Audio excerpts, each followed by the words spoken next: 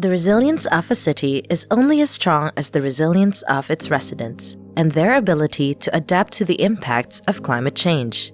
Urban poor households, including their most vulnerable members, often dwell in cramped living quarters and marginal areas exposed to hazards, earn limited income from informal livelihoods, have limited access to basic services, and live and work in conditions that compromise not only their health but their own lives. The impacts of climate change, such as displacement and loss of livelihood and assets, can bring them deeper into poverty and vulnerability. But many of the urban poor already have a good understanding of how various hazards directly affect their households. Therefore, an inclusive government can support the urban poor as partners in designing and implementing climate-resilient interventions to strengthen their resilience. Building the resilience of poor households is a key foundation in building urban resilience. To establish this, complementary actions on improving social protection, ensuring livelihood, access to health, and support to housing are needed to build adaptive capacity at the household level. Existing social protection interventions may be enhanced to be adaptive and shock responsive. These should be informed by climate risks and tailored to match the needs of poor households. Beneficiary targeting needs to be enhanced to factor in climate and disaster variables to identify the most vulnerable households. Predictable and timely cash transfers can help the urban poor, people with disabilities, and older persons adapt to climate-related risks in the immediate aftermath of calamities. Increasing awareness on disaster preparedness, including providing life-saving information, is important to strengthen household resilience. For example, the Family Development Sessions in the Philippines provides the urban poor with a list of emergency contacts and a checklist of items for their disaster supply kit to help them become prepared for calamities. Social protection can serve as a foundational policy area that can provide multiplier effect to housing, health, and livelihoods to prepare for, respond to, or recover from climate-related shocks. Livelihood activities are particularly vulnerable to climate-related events for any urban poor household living in hazardous areas of cities. Income disruption is an issue because many of them are involved in the informal economy. For example, lack of awareness on climate-related risks and means for adaptation can wash out the assets of street vendors. It can also prevent fisherfolk from fishing or restrict their livelihood activities. Strategies can be implemented to make livelihoods more resilient to climate-related threats. For instance, the urban poor can acquire skills on alternative and climate-resilient livelihoods.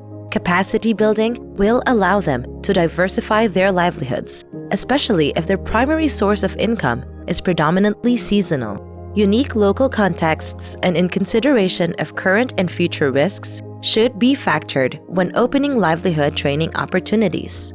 Indonesia has the Kartu Prakerja digital platform that helps people find training opportunities, potential employers, and financial support for training.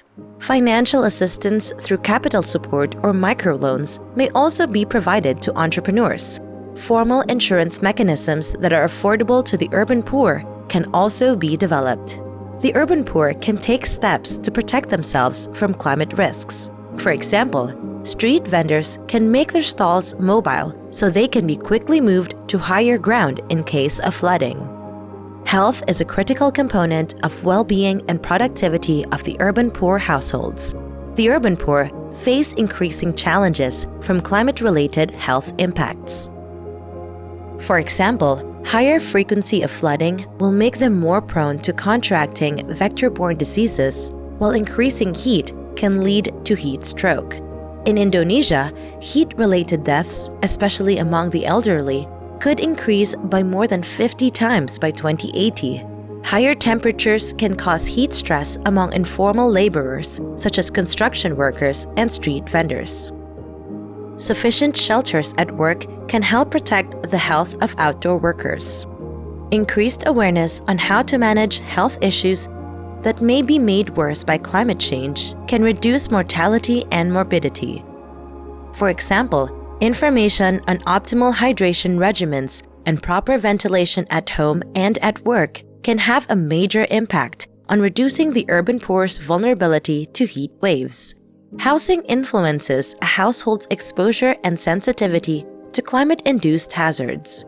Because livelihoods of many urban poor families are home-based, their economic potential may also be affected by their dwelling's location and access to safe water, sanitation, solid waste management, transportation, and other social services. Interventions along housing may include the provision of housing microfinance, appropriate and climate-friendly building materials, or financial subsidies so the urban poor can upgrade or retrofit their homes. Increasing their resilience may also mean ensuring that housing projects take into consideration current and future climate risks. In Bangladesh, the National Housing Authority, or NHA, follows a code of practice that includes climate change considerations in the design of housing projects for low and middle-income communities. For their part, urban poor households can familiarize themselves with local early warning systems and evacuation protocols so they can move to safety in times of disasters. Knowledge-sharing activities can complement the interventions across these policy areas to enable the urban poor to better adapt to climate risks. These are some of the interventions that can be implemented to strengthen the adaptive capacity of households. However, these will not be enough to build the resilience of the urban poor. Complementary interventions need to be put in place at the community and city levels to ensure that sustainable and transformational adaptation will take place. These interventions should match the unique contexts of these communities and cities, including the capacities and limitations of its stakeholders. This concludes video 3 of the Learning video series on building the resilience of the urban poor. In this video, you learned what key policy areas need to be strengthened at the household level and what interventions stakeholders, including the urban poor, can do to strengthen their resilience at the household level. Video 4 will provide an overview of how you can build the resilience of the urban poor at the community level.